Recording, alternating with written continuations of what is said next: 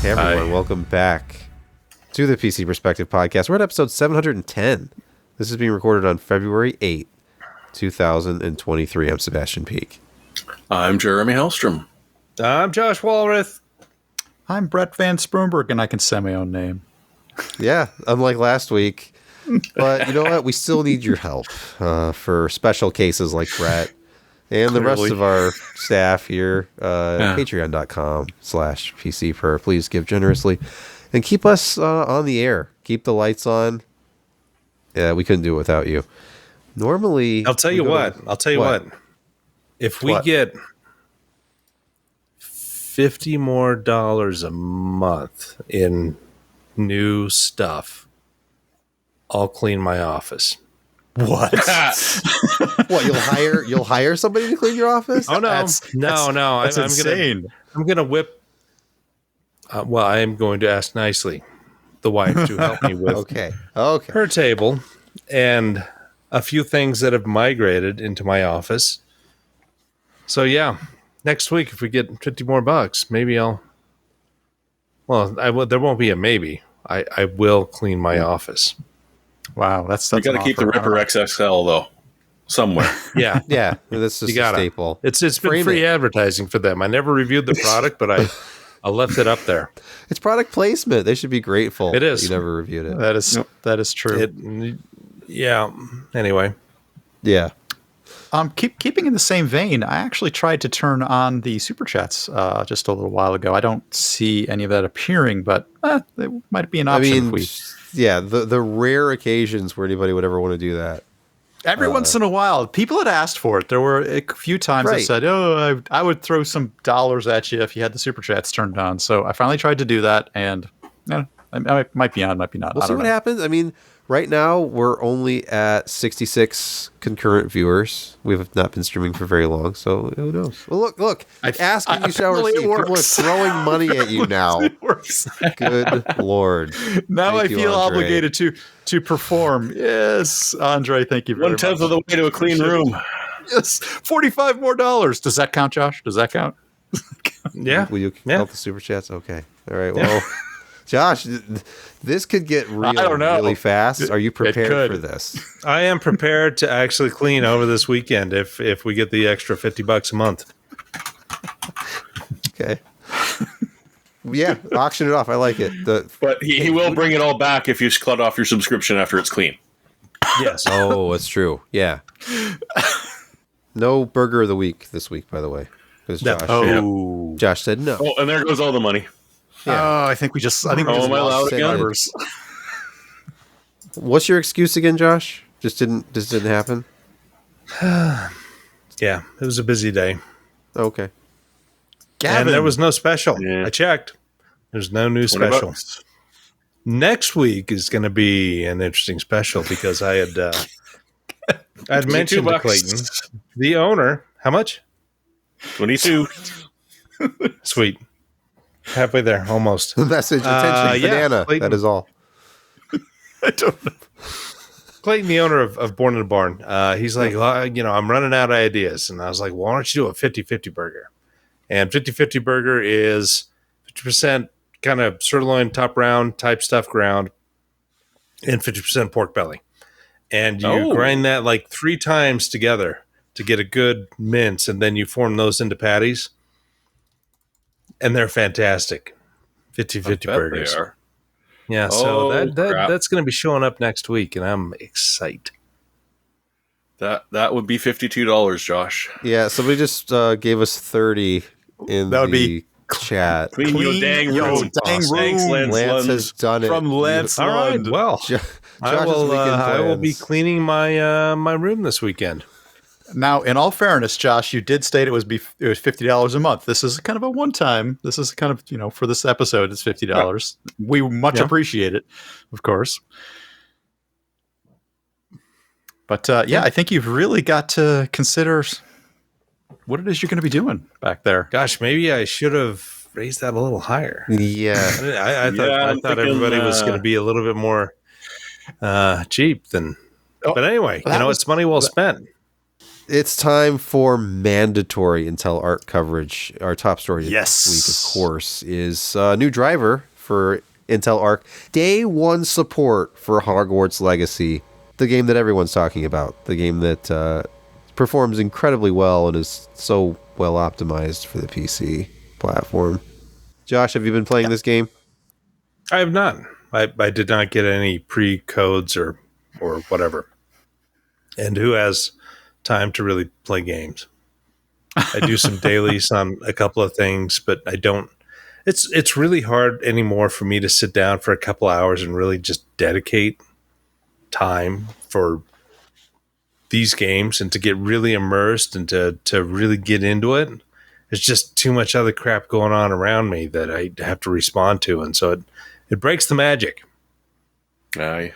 But I'll test the graphics and CPU usage on Hogwarts Legacy because it apparently does some really interesting things on the PC and enables ray tracing, and it's got XSEE or what the hell is Intel's one? XS. XS. XESS. Yeah. Sampling. So I've got an AMD card and NVIDIA card and an Intel card, so I can give it a shot and see what's going on. But will can be you sort of use all interesting. three simultaneously? We cannot because that would be Lucid Logic, and they no longer really exist. No. Lucid They're an Logic existenceless is a fabless semiconductor. Yeah. No, now it's without existence, not just the fab. Yeah. So, those who have joined us in the past 5 years, you will not have known the joy of the early 2010s when Lucid Logic showed up with some really interesting technology that they promised would change the world. Sadly, Card agnostic SLI. Exactly. And it was interesting. And in highly optimized cases, it worked well. But it had to be highly optimized cases. We did things outside, and it was not so good. So, look it up. Speaking of it's fun. highly optimized, let's look at those minimum system requirements and recommended requirements for this Hogwarts game again. And where Intel shows up on this list, I must point out. There's the A770 in the recommended /high specs. You can get an A770.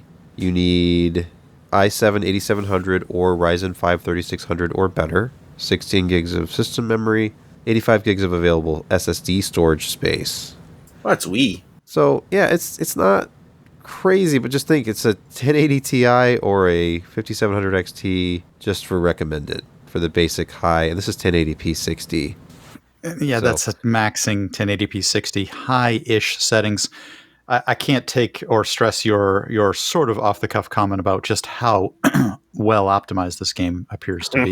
Yeah, it's a console-first title, and it takes a lot of horsepower to get it running smoothly. Although, of course, on the PC, you can you have more granular control of the graphics, I'm sure, and there is full ray tracing available or some kind of. It doesn't look nearly as good on the console as it does on PC. So it still looks pretty good. I mean, the Sony guys and the Microsoft guys have worked hard to get, and plus, it helps that they're both based on the same kind of technology. So they've done a nice job there, but it's still, when you're talking the ultra high specs and ray tracing and that, it does look better on the PC. Hey, there's a Discord amongst NVIDIA users, or at least there was until today. There's already a follow-up to this, but VRAM frequencies dropped when you were running Discord with an NVIDIA graphics card. Yeah, for about a week. Well, it's been known for about a week. But, I mean, it just makes it's ridiculous. Like, first of all, some of the guy who found this is pretty amazing. It's like, he's noticing like a 500 megahertz drop, which is not huge, but if you're benchmarking, I'm sure would pop up. And it's like trying to figure out, okay, well, if I turn this off, wait a second. If I turn Discord off, all of a sudden I get significantly more frequency out of my card. Like, why? Just why? You can work around. You could work around it before, but now it's been fixed. It's one of those bizarre interactions of why does Discord have its fingers that deep into the GPU or vice versa? Okay, here's the reason. APIs are magic. I will buy that, Doug Henning. Magic. It's a giant black box where inputs go in and outputs go out. Sometimes. Yeah. The ones that don't come out, we just don't know where they went. But of course, like 100 different software developers all came on at once and said, you don't actually know what an API is.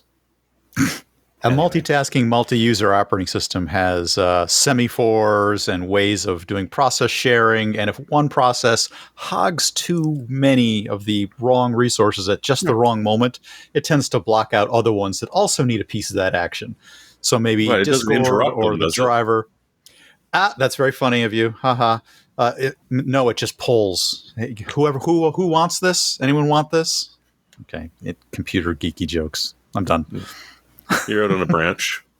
The new driver is 528.49. It's a Wickel driver.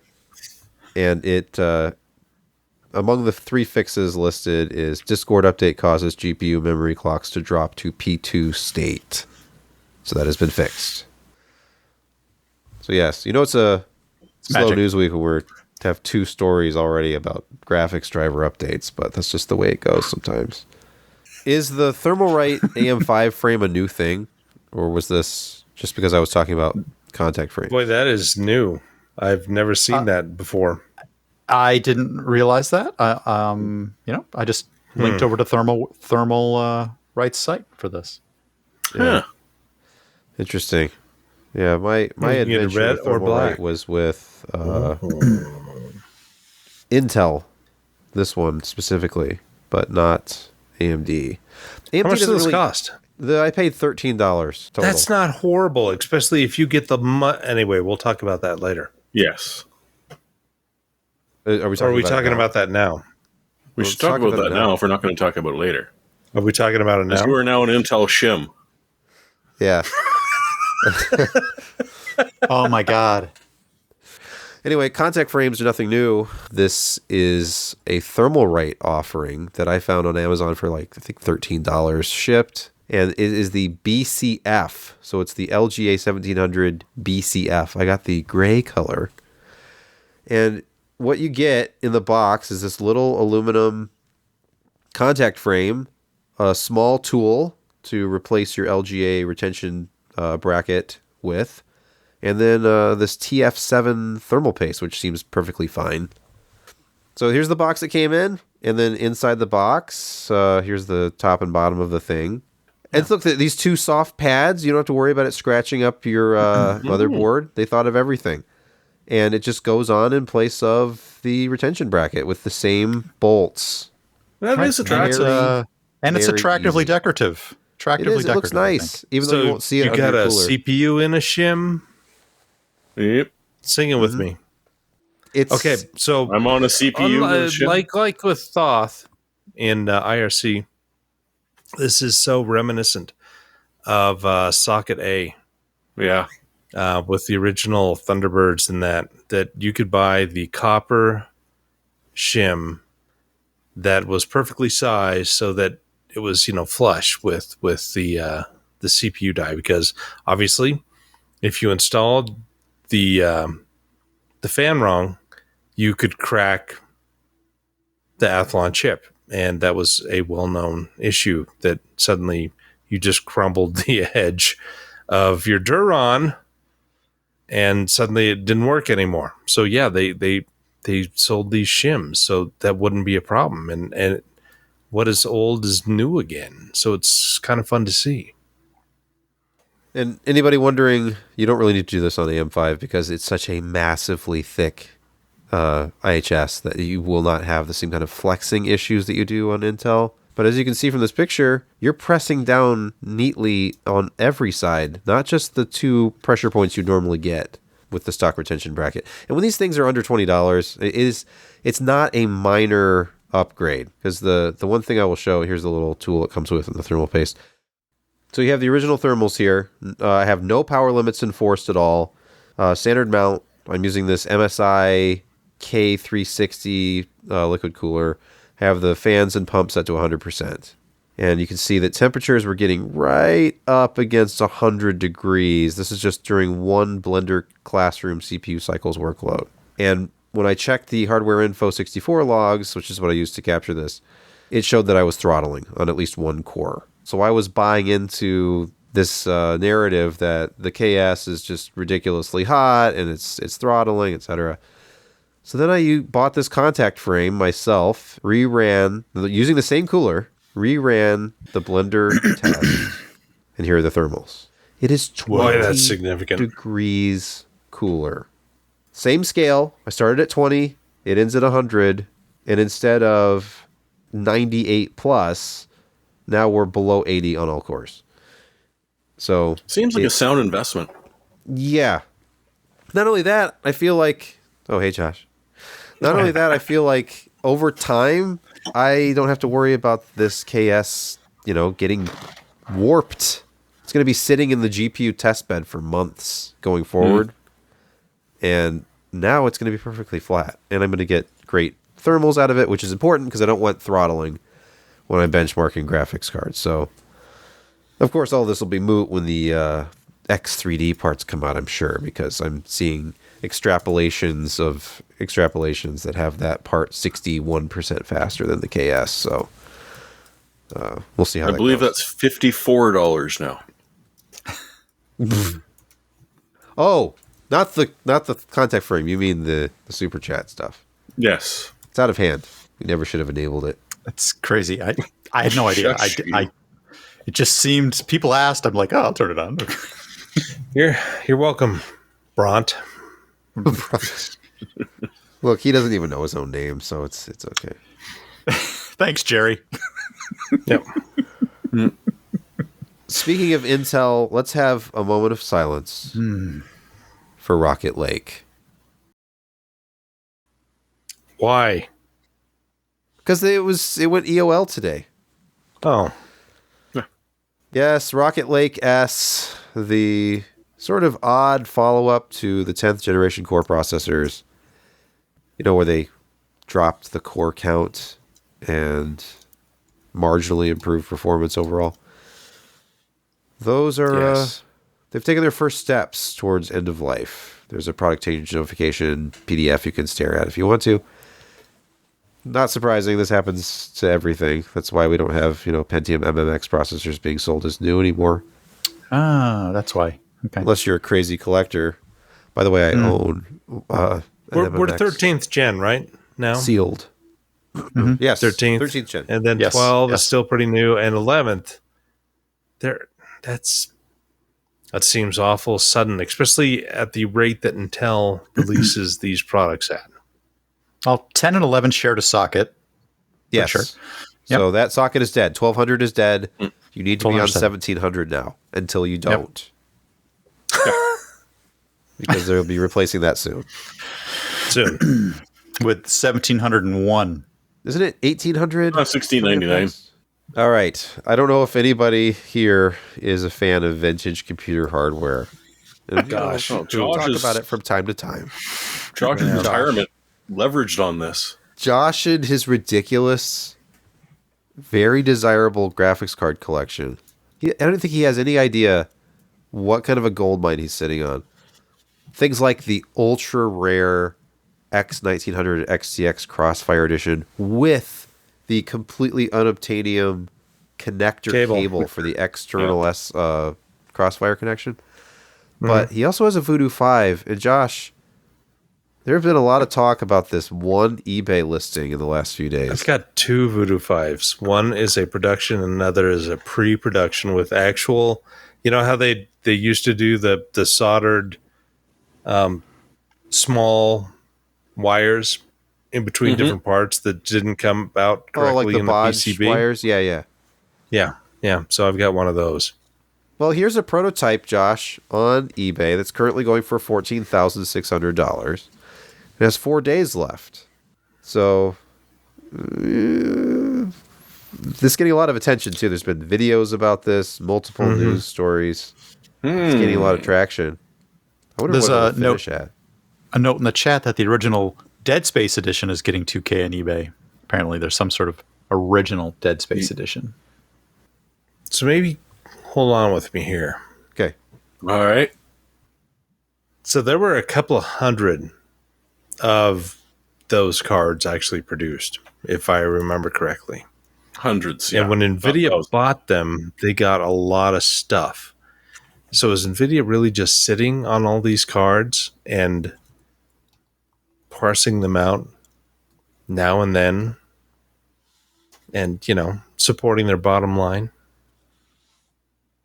Probably not. But no, there's only a couple of hundred of these out in the universe, and a lot of the people who have them are people who worked with them directly in design and troubleshooting and doing driver work and trying to just get them into a place where they could actually ship them as a product.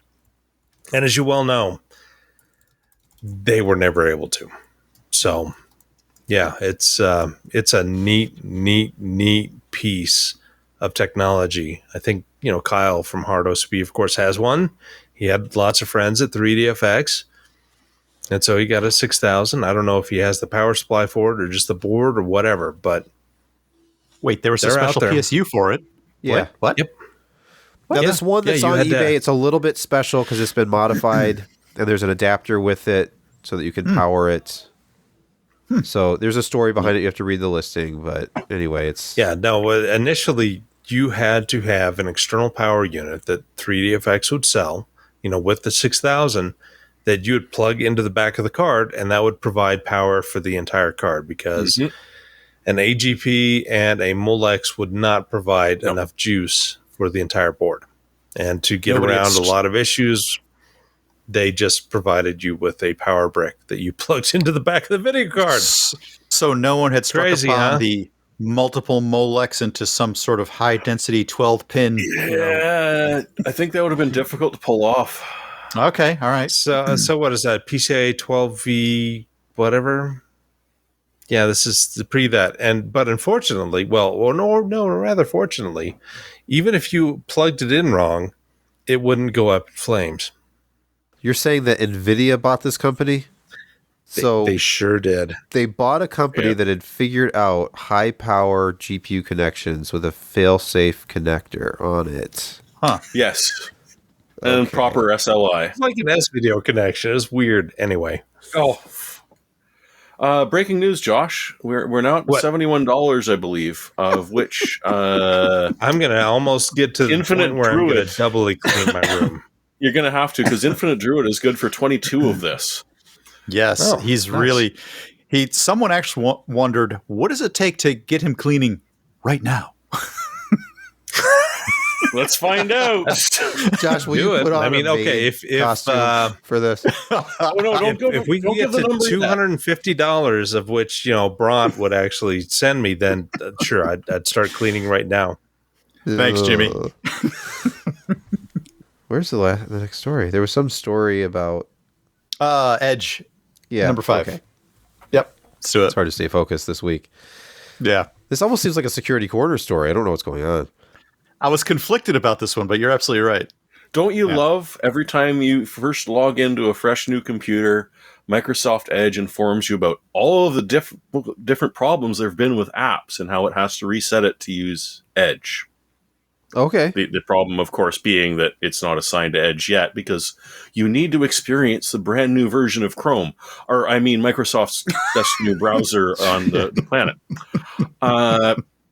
So they've decided to go a step worse. And now, not only will they just first take over and occasionally randomly take over your PDFs and pretty much try to bully in on any PDF link you click on the web, they've teamed up with Adobe. It's now going to be the Acrobat PDF rendering engine directly linked into Chrome so that you can now experience 2 types of vulnerabilities at once. I mean, why just settle for one? You mean Chromium, the rendering engine underneath Edge. Yeah, Credge. Okay, not Chrome per se. introduces its own thing. Okay. I'm talking about Microsoft's Skin and, well, everyone's favorite PDF viewer. Of course, it's still not going to let you edit it. But if you do buy the full version of Acrobat, it will give you an add-in into Edge, completely unlike it does now, to be able to do what it does already if you use it. The good news is that enterprises will be able to opt out of it, which means that you can probably opt out of this as long as someone tells us what the group policy is or the flag you've got to hit to say, can I just not do that? I'll stick with, Nuance or PDF 995 or Foxit or any of the other ones that aren't horrific. I just feel like I need to point out that the Adobe Reader has far fewer security issues than it used to. I think that's it had to. Oh, thank goodness. It couldn't have more. Right. It has gotten better, though. I suppose you're right. Mm-hmm. Hey, speaking of things getting better, Tiny 11 promises to be Windows 11 without the steep hardware requirements. This is a story at Tech Radar by Darren Allen. So, no relation. But I like this. But on balance, we don't recommend installing this new spin on the OS. Why? What's wrong with Tiny 11? There's only one reason I think that they can really kind of lean into it. It removes a lot of these security layers and layers and layers and layers and layers. Oh, okay. So if you practice good, computer hygiene and don't necessarily... Now, does this strip out any of the telemetry, or is it just... I think a lot of things fall by the wayside, but what I didn't see, I did a quick search for this a couple times today, was, hey, did anybody game on this? I really didn't see anybody who had made sure that, AAA games or older games or whatever anybody wanted to play were still fine. So that would sort of be an interesting thing to try and see. But the requirements for this went all the way down to just a couple gigabytes of RAM and like 200 megabytes or something on the hard drive. It's sort of amazing how much bloat is removable and still have a working OS.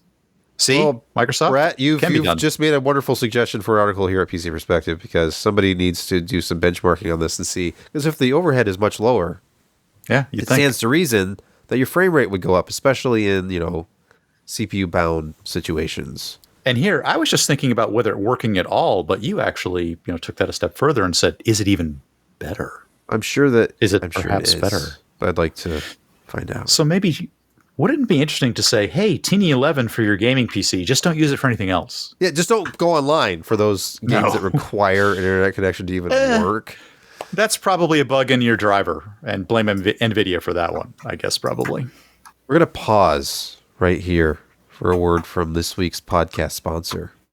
Hey, are you hundreds or even thousands of email messages behind in your inbox? I hate to admit that I've had that moment, and it can be an incredible time suck. It can really take away some of your best working hours if you cannot manage your inbox properly. There's a recent study that found about half the time managers spend tending to their inboxes is spent on emails they probably should never have been sent to them in the first place, and didn't even need an answer. That's on target based on my experience as well. But what if you could just press a button and never see those time-wasting emails again? Well, that's exactly what SaneBox does. With just a few clicks, SaneBox automatically gets your email under control and filters out all the messages you don't need to focus on. And you don't even have to switch email apps, because it works in concert with whatever email client you already use. It has some nice features like Sane Black Hole, where you can vanquish senders you never want to hear from again, and Sane Reminders for sending email reminders to your future self. To see how SaneBox can almost magically remove those distractions from your inbox, try it with a free 2-week trial. Visit sanebox.com/PCPer to start your free trial and get a $25 credit with our link. That's SANEBOX.com/PCPer.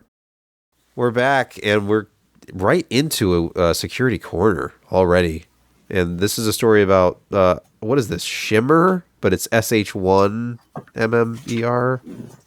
Which it isn't, because the I is instrument. It's not actually a 1. Oh. Okay. Well, tell me about it anyway. Brett chose this one. But it's a fun little thing for Chromebooks where it's completely and utterly unenrolls enterprise-managed Chromebooks from whatever organization that you're on, which just makes it wonderful, because everything you've done to try and secure this thing no longer applies, and it's not like you're going to really know about it. It's specific to a specific type of Chromebook, as far as I understand. Brett might know more about this. But I think it's specifically just a few of them that are affected, not all of them.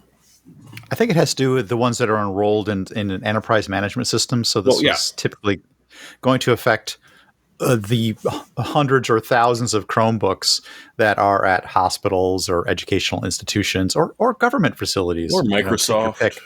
Yeah. Adobe made everyone dump their Windows machines. I don't remember Google whether there's a fix for this one yet. Don't remember that. Okay. Interesting. I'm sure we'll hear more about it. No patch. As we all know, Chromebooks are absolutely pervasive in education. That was one of the reasons I brought it into Security Corner, because we've never actually sort of talked through, hey, here's one that goes after Chromebooks.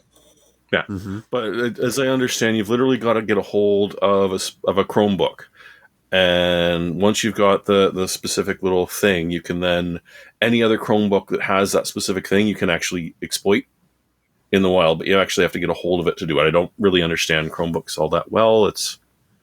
They're a closed book to me. It's basically Linux. Yeah. Just really super cut down and optimized for very similar hardware. Not having any local storage. That too. And so you're saying it leverages the power of the cloud? Yes. It's definitely Shimmer is leveraging the power of the cloud. Hey, Microsoft. He's starting to shimmer. She's starting to shake. Microsoft, we talked about they were going to be scanning computers for those old unsupported versions of Office. Well, they swear that they're not going after your data when they do this. They're doing this for your own good, for your own security. Yes. The operating system that you're running, if you're running Windows, it's already harvesting all of your data and a keylogger. So, what difference does this make? I think your Office won't work after this. So. Well, yeah, trust Microsoft. They say that they're not doing anything nefarious with that. So, of course, I put this one in security just because. Trust us. Right, you are having to trust Microsoft that these updates that are not actually being installed, they're just being run and then deleting themselves after they run, and all they're doing is looking for old versions of Office. At what point does Microsoft need to look at the software that I have personally installed on my own system, even if it's made by Microsoft? Whenever they can. Yeah, whenever they want to. Apparently, our final story in Security Corner: Go Anywhere MFT 0-day vulnerability lets hackers breach servers. I said MFT, not NFT. What's an MFT? Never mind. I grabbed this one from one of the ones that Jeremy put in there, but this is a remote code execution 0-day injection exploit. And Go Anywhere is kind of the name of the company, Go Anywhere MFT. It's kind of like a file sharing service that is in use by government agencies, not just in the US, but around the world. Lots of different big institutions, again, like medical services companies, anybody who needs to do a lot of file sharing, especially to either customers, clients, or remote locations or stuff like that. Go ahead, Jeremy. Go ahead. I don't even remember what they mean by MFT, but it's like an automated SFTP transfer. Yeah. So as opposed to you using friggin' FileZilla and writing some ridiculous thing in Task Scheduler to upload certain files at every time because it's not built for that, you frickin' idiot. There's products that will do that. MFTs and Go Anywhere is like the big name, is designed so that you dump stuff into a folder and you know that the SFTP is going to grab it, post it up to somewhere else, and away it goes. A 0-day remote code injection in that makes things rather interesting because you don't even spot the traffic because it is supposed to be sending stuff on a regular or irregular schedule. Banks and financial services companies trust this thing to be completely and totally secure. And what it is, I think one of the requirements is you need to have access to one of the administration functions of this. So it may be ideal for, dare I say it, kind of like an inside job sort of wedge. It's hard to talk about these sorts of things just because of the huge amount of vulnerability that it exposes. But there's no patch for this one yet, and it's used everywhere. Most heavily in the US, but unfortunately, but yeah. Yeah, so now if you're using it, check your logs, and if there's a non-existent or disabled user that's suddenly been using it, you're going to want to look into that. Oh, they did some scans of this and found the footprint to be about 151 definitely exposed servers, and Shodan was like 1,000. Yeah. Oh, okay. Okay, yeah, there was another 1,000, I guess. Did you just say Shodan? Shodan. Yes. Guess why they named one of the AIs that look over us for security? Yeah, of course they do. Look at you, hackers! Actually, running, that leads perfectly into the next story in gaming quick hits.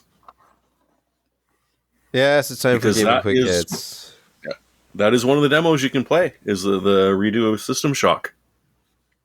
Well, System Shock 2. They just call it System Shock because they're heathens, but whatever. Exactly. Because the other one was around Jupiter, right? Or Saturn? No, the first one was on the ground. No, it was on a space station. That was System Shock 2. No.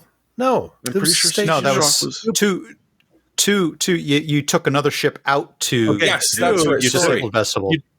You took the Heinlein or whatever, the Rick... Yes. Rickoven? I can't remember. The Rickoven, I believe. Yeah, to another place. But no, the first one was on a station around like Jupiter or Saturn. Yeah, the two ships were docked together in the second one. Yes. Mm-hmm. So this one is that one where you're around Jupiter and the laser's going to fire at Earth to mangle everyone up because, you kind of lobotomized an AI. Oops. Sorry about that. Gaze upon my magnificence. Xenonauts 2 is another fun one. It goes back to the original XCOM, not the fancy, shiny new ones. Although that also means that terrain destruction is certainly a thing. There's another one that's like a noir detective one that has been getting a lot of people really excited. Oh, Shadows of Doubt? Yeah. A couple of people I've seen that have played that have said, yeah, this is Deus Ex, but using vowels and nonchalance, I think it was. Oh, okay. There are hundreds of them if you go to Steam. Like they just keep going and going. RPS picked 16 of them, I think, that they liked. Yeah. There's a list of 16. But there are so many of them. They've even got now a schedule of when the devs are going to be streaming their playing of it. So if you're not quite sure if you even want to download it and check it out, well, you can watch someone else do it. So what's the cost to get in on this? It's free for the week. Oh, nice. The way the demos should be. Yes. All right, what is I dug out story? three CD cases of boot disk and Maximum PC out of my desk this week. I didn't realize I had so many. I knew I had one that went into the mid-90s. Okay, so we're talking like Doom, System Shock, all kinds Max. of stuff, and it's just that early benchmarks on there as well, which I was excited about. Yeah, so I'll have to grab them out and see what I can read after all of this time, because it's now 25 years from the oldest disc I have. Yeah, and they used to use the. And I still am running an optical drive, so I can read them. You know what I'm saying? Pressed factory CDs should last more than 25 years, but you may be in the zone. Remember the acidic ink that they used to use that sort of ate through the layer? Yes. This is a great application for PCM because a lot of those disks, they'll have a menu system, the structure of which requires an older version of Windows. So if you load up PCM, make yourself like a Pentium 166 MMX or like a Pentium 2 233 or something system. Load Windows 98 on it. Super easy. I'm gonna have to drag one of these out here after the podcast. Okay. I'm afraid if I drag one out right now, I'd suddenly just go shiny object. Hey, speaking of vintage stuff and just shiny Your objects, beer is moving. I'm looking at a screenshot here from, this is Tech Tangents, formerly Akbakuku, by the way, which I'm sorry he changed his name. The story is Doom 1.1 had multi-monitor support. Jeremy, I can see why you loved this. You loved this story. Go ahead. No, I mean, well, first off, you got to get Doom 1.1. As of 1.2, they cut it out.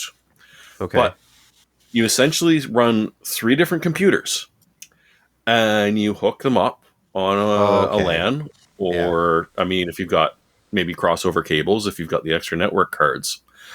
And you launch Doom with a network flag, which you used to be able to do so that you could sort of watch other people playing, but not play. And it will actually slave a drone at 90 degrees to your view, one to the left and one to the right. And so you're playing multiplayer Doom by yourself, except it's multi-monitor support on the original Doom, which I just think is amusing.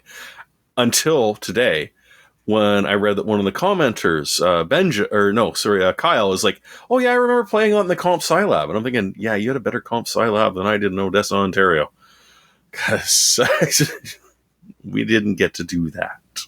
We did have some fun, but yeah, apparently this is a thing, and it's open source now. Like they've dumped all the binaries out there, so you can, if you feel like it, do this yourself." What was that networking protocol they named in the article? I'm trying to remember what it was. It was. I had remembered it was very old Windows 98 networking. Oh, IPX. Yes, IPX. Yes, the old IPX driver code. Yes, because that's what Doom relied on, and it's not used anymore for reasons. IPX, SPX. Mm-hmm. Better than NetBIOS, but well, yeah. Was it? And better than Token Ring. Well, I mean, Token Ring was impressive. Token Ring was the physical. Anyway. All right, we're quickly going to look at not a brand new product, but a new capacity for a product. Samsung's Portable SSD T7 Shield. This is a rugged external SSD.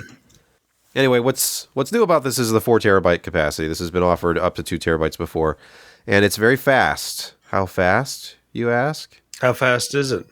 Well, it's over 1,000 megabytes per second. It's rated for 1,050 on sequential reads and 1,000 on sequential writes. But you know what? It actually is slightly faster than that. Depending on how you test it. Here's Crystal Disk Mark, which is the best case scenario because I had it on the peak performance preset. It was hitting 1065 reads and 1041 on writes. So very good sequential performance. In fact, it's so good, I found a weakness of the SSD that was in the system I was using to test it, because halfway through this really large, it was a Windows 10 virtual machine, I was transferring the virtual disk, and halfway through it dropped down to about 500 megabytes per second. And I'm like, oh, okay, so this Shield must have an SLC cache. I was running into the limitation of my host SSD, not the other way. What were you reading from? What were you reading from? Curious. Sabrent, Rocket, something or other.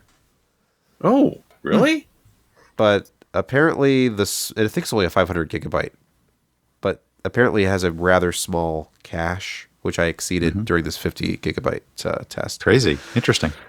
So anyway, this is a secure drive. It has hardware encryption on it. It's very easy to set up. You give it a name, you put in a password, you turn on security mode with the software, and then it's transparent to you, but you have to have this software to input the password to use it on any other system. The software is contained on a read-only partition. There's a 73 megabyte FAT partition. Here I have it on a different laptop, and I see just these unallocated partitions. None of the data that I copied onto it at all was accessible, just this read-only partition that has the software on it. So if you take this to another system, you can still install the software off the read-only partition, put in your password, then you have access to the rest of the drive. Now, this is kind of like an iron key. This would be the Shield aspect of it. This is the Shield part. Yeah. Are they going through security for obscurity by using FAT for that one little part? I don't know. FAT is universally acceptable. You should know that. But this is not cheap. This is pro level storage with hardware encryption. So this is $429 list. I'm guessing it'll end up selling for less because the 2 terabyte was down to $179 already. Just that was direct from Samsung. So I'm not sure if by now the 4 terabyte is less. Oh yeah, the 4 terabyte's down to $349 since I wrote this. So it's a lot more affordable. But yeah, it's a pro level thing.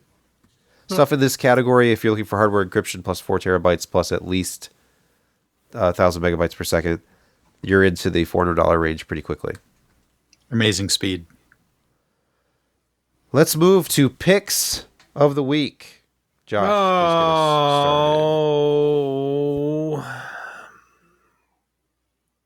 Say you've got a hot dog, isn't it?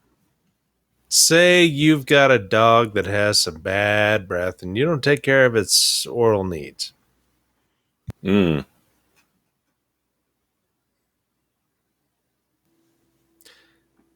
So instead, you need to buy this enzymatic toothpaste for your dog that comes with not only a dog toothbrush, which is really interesting design, that it encompasses the teeth, and then also a finger thing, which I haven't used yet because it's just kind of weird, but apparently it's fine. So my dog's got bad breath, and I use this stuff, and for only $10.69 you get all this, and suddenly after a couple of treatments your dog doesn't have bad breath. Oh, you must be having so much fun right now, Josh. It's life-changing. I bet. With a dog that is... It's a mini Aussie. He likes to sit on your lap. And he's got halitosis? Awful. Yeah, so... It's $11 well spent, especially on Prime. Free shipping 2 days. And it's improved your life. It's improved your life in intangible ways. Oh, dramatically. Mm-hmm. So there you have it. Mm-hmm. How much fun is it brushing the dog? The first couple of times is bad, but then they start to kind of expect it, and they're easier about it. Plus, it makes their mouth feel better. I'm not sure what we're talking about anymore. They start to get used to it. They start to expect what's going to happen. And eventually, it doesn't hurt their jaw as much. You put it back in their mouth, and you just kind of rub it around. Okay, anyway. Yeah, let's move on. Before Peter comes and calls the police on me. Yeah. Jeremy, does your pick, is it life-changing like Josh's? It could be. Is there any oral if you're young enough? No, well, please not. No, if you are young enough, it could be life-changing and not in the same way as having your teeth brushed, which also as a very young child, the first time is traumatic, I hear. But no, this is computer engineering for babies. It is a funky little book. I guess it was kickstarted a while back. I just found out about it this week, and I was desperate for a pick, and I actually kind of think it's a neat thing. It's got a couple of logic circuits in it and a photo sensor. So as you open the page, all of a sudden the sensor will then change to an XOR circuit. So now, you can push either, but not both. I don't know that the baby's really enjoying it in that particular instance, but it's got just about 8 of the basic logic circuits that you'd ever deal with, and just sort of is something you can play with.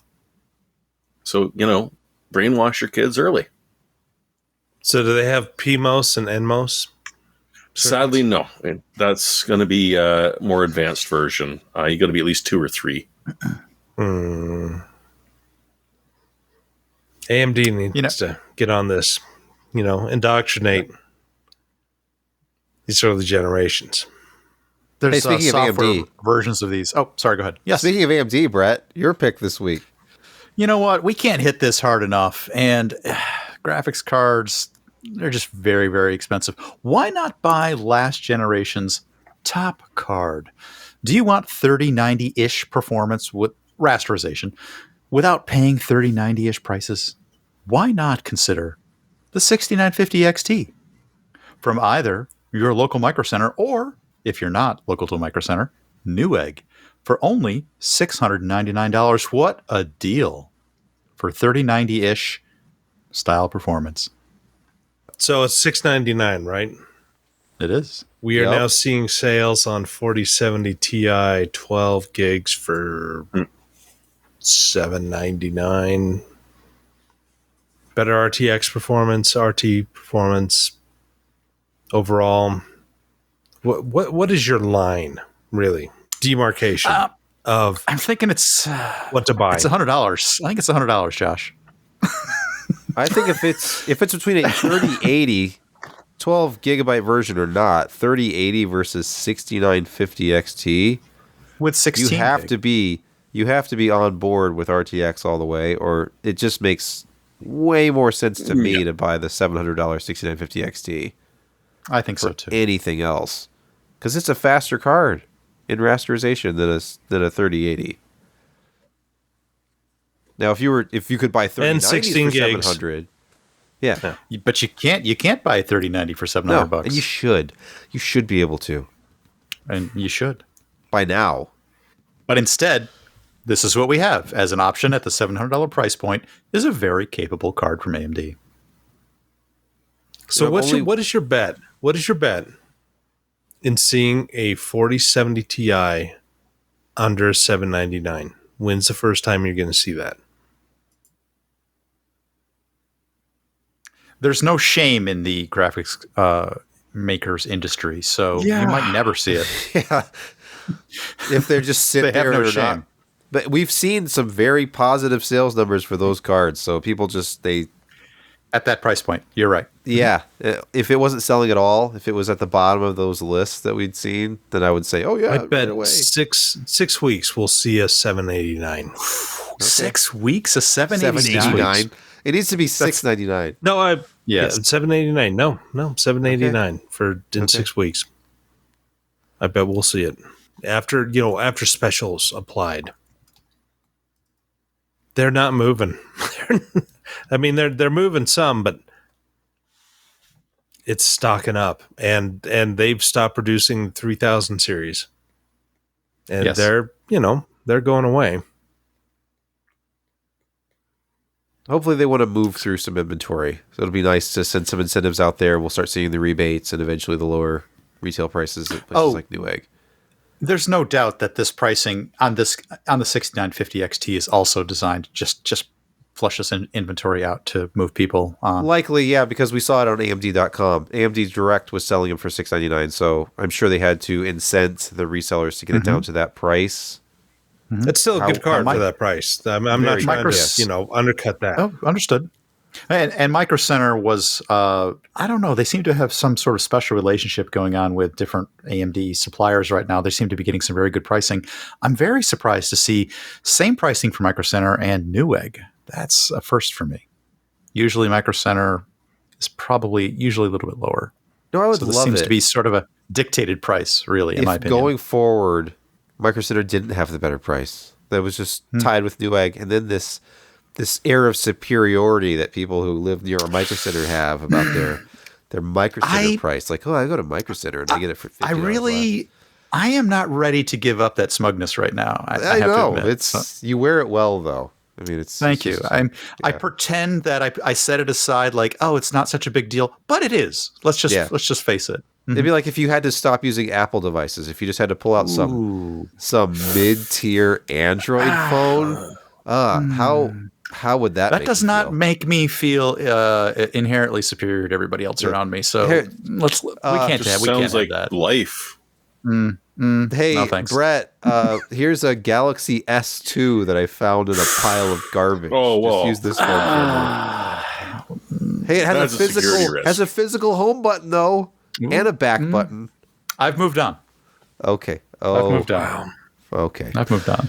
My pick this week is a low-cost SSD that I've been testing out because Silicon Power sent one over for review, and I thought, this is how good can this be? It's selling on Amazon for $62 for a 1 terabyte Gen 4 NVMe drive. $62, and the regular price is only $75.